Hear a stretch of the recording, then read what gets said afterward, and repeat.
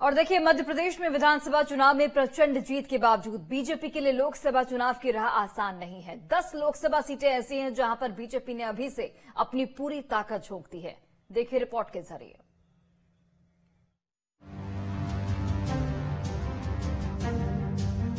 आगामी लोकसभा चुनाव को लेकर बीजेपी और कांग्रेस ने तैयारियां शुरू कर दी है।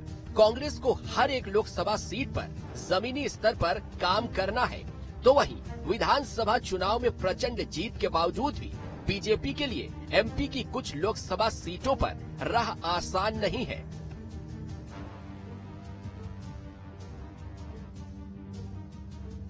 प्रदेश की 10 लोकसभा सीट ऐसी हैं जहां बीजेपी की मुश्किलें कम नहीं हैं। वो कौन सी सीटें हैं जो बीजेपी के लिए कड़ा मुकाबला साबित कर सकती हैं? आइए जानते हैं।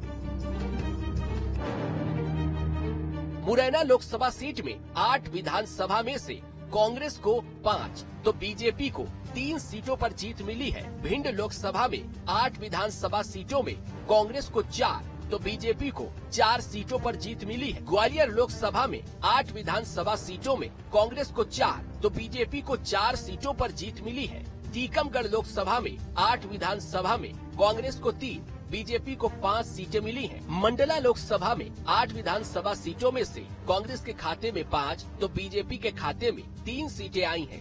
बालाघाट लोकसभा में 8 विधानसभा सीटों में से कांग्रेस ने 4 बीजेपी ने 4 सीटों पर जीत दर्ज की है। इधर मध्य प्रदेश में बीजेपी ने मिशन 29 के तहत अपनी तैयारियां शुरू कर दी हैं। बीते दिनों सीहोर के एक रिसोर्ट में हुई बैठक में सत्ता और संगठन ने मिशन 29 का पूरा रोड मैप तैयार किया है। बीजेपी ने ये भी तय किया है कि लोकसभा चुनाव तक पार्टी राम मंदिर का मुद्दा लेकर ही चलेगी। देखिए, हम 2019 के जो लोकसभा के चुनाव परिणाम उसको भी साथ में लेके चल रहे हैं और हम देख रहे हैं कि कहाँ हमारा मार्जिन कम रहा है, कहाँ हमारा वोट शेयर कम रहा है, किन सीटों पर हमें और मेहनत की आवश्यकता है, कहाँ वोट शेयर और बढ़ाने की आवश्यकता है, उस पर भी हम सतत काम कर रहे हैं। वो भी हमारी रणनीति का एक प्रमुख हिस्सा है।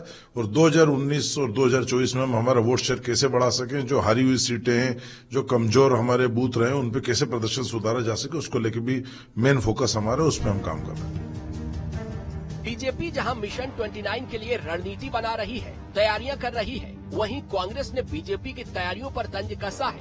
कांग्रेस के मीडिया विभाग के अध्यक्ष के मिश्रा बीजेपी की तैयारियों पर सवाल खड़े करते नजर आ रहे हैं। चुनावी मोड पर नहीं, भारतीय जनता पार्टी रामलला के नाम पर खेल कर रही है। चुनाव होते हैं जन विश्वास की कसौटी पर खरे उतरने के बाद, विकास के नाम पर चुनाव होते हैं। प्रगति की हमारी क्या प्लानिंग है, उस पर चुनाव होते हैं। गरीबों के लिए हमारी योजनाएं क्या होंगी, उस पर चुनाव होते हैं। आकंठ भ्रष्टाचार में डूबी भारतीय जनता पार्टी को यदि राम मंदिर का सहारा लेना पड़ता है कि राम मंदिर पिताजी का है, पीले चावल बांटने वाले ये कौन, तो सहारा किसका ले रहे हैं? मंदिर का। 6000 लोगों को दर्शन कराने कौन ले जा रहे हैं? राजनीति करने के लिए। यदि इलेक्शन मोड पर आ गए हैं तो राम मंदिर का प्राण प्रतिष्ठा रामनवमी पर करते। बीजेपी कभी अपने विरोधी दल को कमजोर नहीं समझती है। यही कारण है विधानसभा चुनाव में अपने विरोध में लहर के बावजूद भी उसने जमीनी स्तर पर काम करना जारी रखा और कांग्रेस के हर एक दांव पर अपना दांव खेला।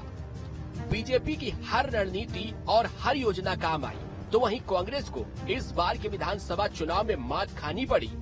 लेकिन अब लोकसभा चुनाव के लिए कांग्रेस की कैसी तैयारी है और क्या रणनीति, इसका पता तो चुनाव के परिणामों में चल पाएगा।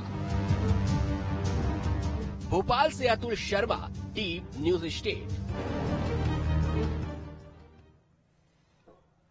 बढ़ते आगे, रामलला की प्राण प्रतिष्ठा के लिए उज्जैन से अयोध्या 5 लाख लड्डू भेजे जाएंगे। सीएम मोहन यादव की ओर से इसका ऐलान किया गया है। सरकार ने प्राण प्रतिष्ठा के दिन को खास बनाने की तैयारी